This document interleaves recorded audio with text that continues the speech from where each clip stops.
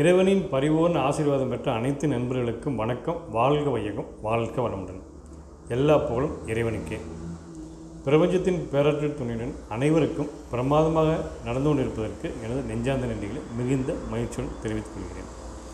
இன்று வாஸ்து சம்பந்தப்பட்ட மிக முக்கியமான விழிப்புணர்வு பதிவு இன்றைக்கி நம்ம பார்க்க போகிறோம். என்ன பதிவு அப்படின்னா, ஒரு வடக்கு பார்த்த மனையில் வடக்கு பார்த்து வீடு கட்டினா என்னென்னமெல்லாம் நம்ம பார்க்கணும் அப்படிங்கிறத பற்றி இன்றைக்கி டீட்டெயிலாக பார்க்க போகிறோம். ஒரு மனை வடக்கு பார்த்து இருந்தது அப்படின்னா முதல்ல அந்த மனைக்கு ஏற்ற அப்படி மலை ஏதாவது இருக்குதா அப்படின்னு பார்க்கணும். அடுத்து தெருக்கூத்து ஏதாவது இருக்குதான்னு முதல்ல பார்க்கணும், வீட்டுக்கு பக்கத்துலேயே.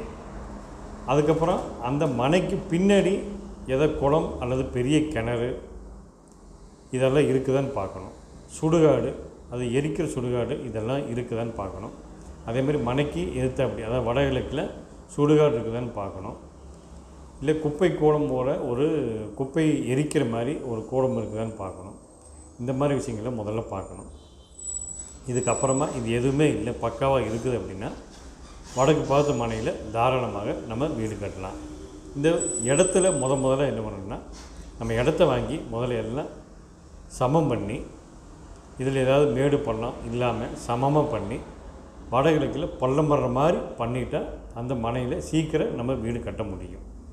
அதில் ஏதாவது வடகிழக்கில் மேடு வச்சுட்டு தென்மேற்கில் பள்ளமாக இருந்துச்சு அப்படின்னா அந்த மனையில் வீடு கட்டுறது தாமதமாகி கொண்டே இருக்கும்.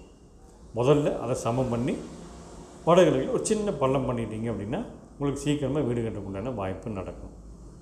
முதல்ல போர் போடணும்.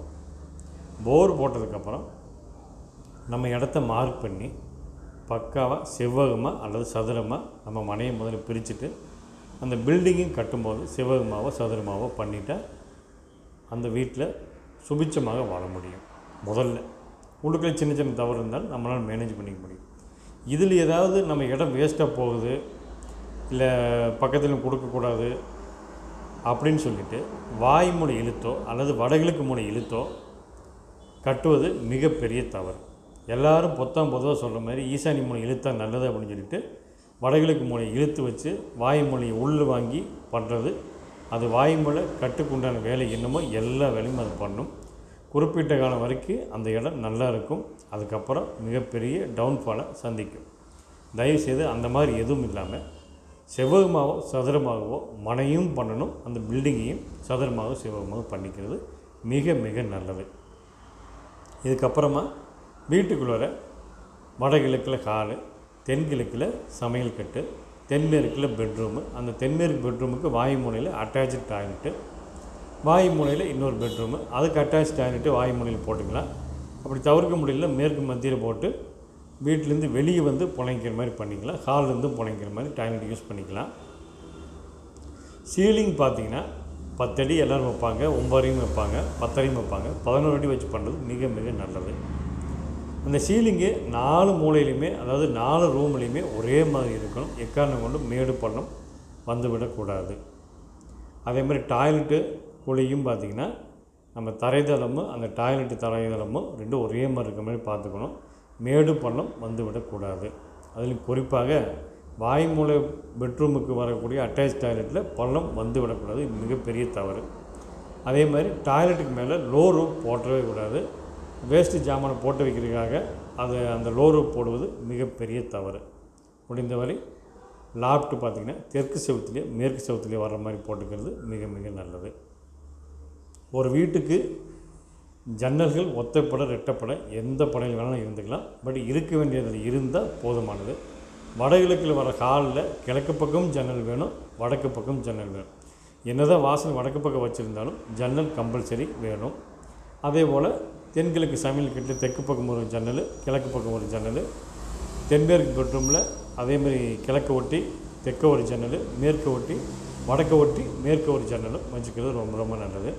அதேமாதிரி வடமேற்கு ரூமில் வடக்க ஒட்டி மேற்கு ஒரு ஜன்னலும், கிழக்க ஒட்டி வடக்க ஒரு ஜன்னலும் இருப்பது மிக மிக நல்லது. ஒரு வீடு ஆரோக்கியமாக இருக்கணும், அதை வீட்டில் வசிக்கக்கூடிய ஆரோக்கியமாக இருக்குன்னா இந்த ஜன்னல்கள் வைத்தால் மட்டும் பார்த்தாது, அதை திறந்து வைத்திருக்கவும் வேண்டும். அதிலும் குறிப்பாக வடகிழக்கு மூலையில் இருக்கிற வடக்கிலும் ஜன்னலும் கிழக்கு ஜன்னலையும் எப்பொழுதுமே திறந்து வைத்திருப்பது மிக மிக நல்லது.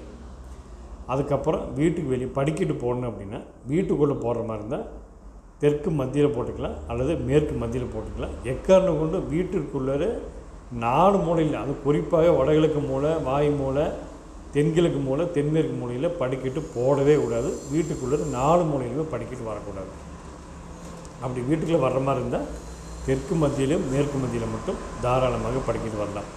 சப்போஸ் வீட்டுக்கு வெளியே தான் போடணும் அப்படின்னு இருந்தால் தென்கிழக்கு மூலையில் வெளியே போட்டுக்கலாம். அதே மாதிரி வடமேற்கு மூலையில் வெளியே போட்டுக்கலாம்.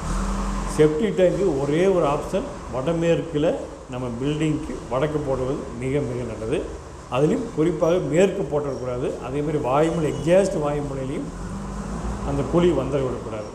அதேமாதிரி தண்ணி தொட்டி வடகிழக்கு மூலையில் வடக்கு வந்தாலும் நல்லது, வடகிழக்கு மூலையில் கிழக்கு வந்தாலும் நல்லது. தண்ணி தொட்டி செப்டி டேங்கை விட அதிகமாகவும் கெப்பாசிட்டி அதிகமாகவும் ஆழமாகவும் இருப்பது மிக மிக நல்லது. தண்ணி தொட்டியை விட செப்டி டேங்கு ஆழமாக இருப்பதும் கெப்பாசிட்டி அதிகமாக இருப்பது மிகப்பெரிய தவறு. அதே மாதிரி வீட்டுக்கு வெளியே தரைத்தளம் பார்த்திங்கன்னா ஒரே மாதிரி இருக்கணும். இல்லை அப்படின்னா தென்மேற்கு மேடாகவும் அதுக்கு அடுத்தபடியாக வடமேற்கு பள்ளமாகவும் அதே பள்ளம் தென்கிழக்கிலையும் இருந்துட்டு ஈசானி மூலை எல்லாத்த விட பள்ளமாக இருப்பது மிக மிக நல்லது. இது கார் செட்டு போடணும் அப்படின்னா வடக்கு பார்த்த வீட்டுக்கு ஒரு மூலையை கட் பண்ணி போடாமல் நீங்கள் வடக்கு ஃபுல்லாக போட்டுக்கலாம். இப்போ வடக்கு ஒரு 20 அடி பில்டிங் இருக்குன்னா 20 அடிக்கு நீங்கள் வேணுங்களும் சீட் எடுத்து பண்ணிக்கலாம். சீட்டு முடிஞ்ச வரைக்கும் கேண்டிலிவரில் பண்ணது மிக மிக நல்லது. கேண்டிலிவர்னா பில்லர் எதுவும் போடாமல் பில்டிங்கிலேருந்தே செவர் இழுத்து பண்ணிக்கிறது நல்லது, அல்லது சீட் இழுத்தும் பண்ணிக்கலாம்.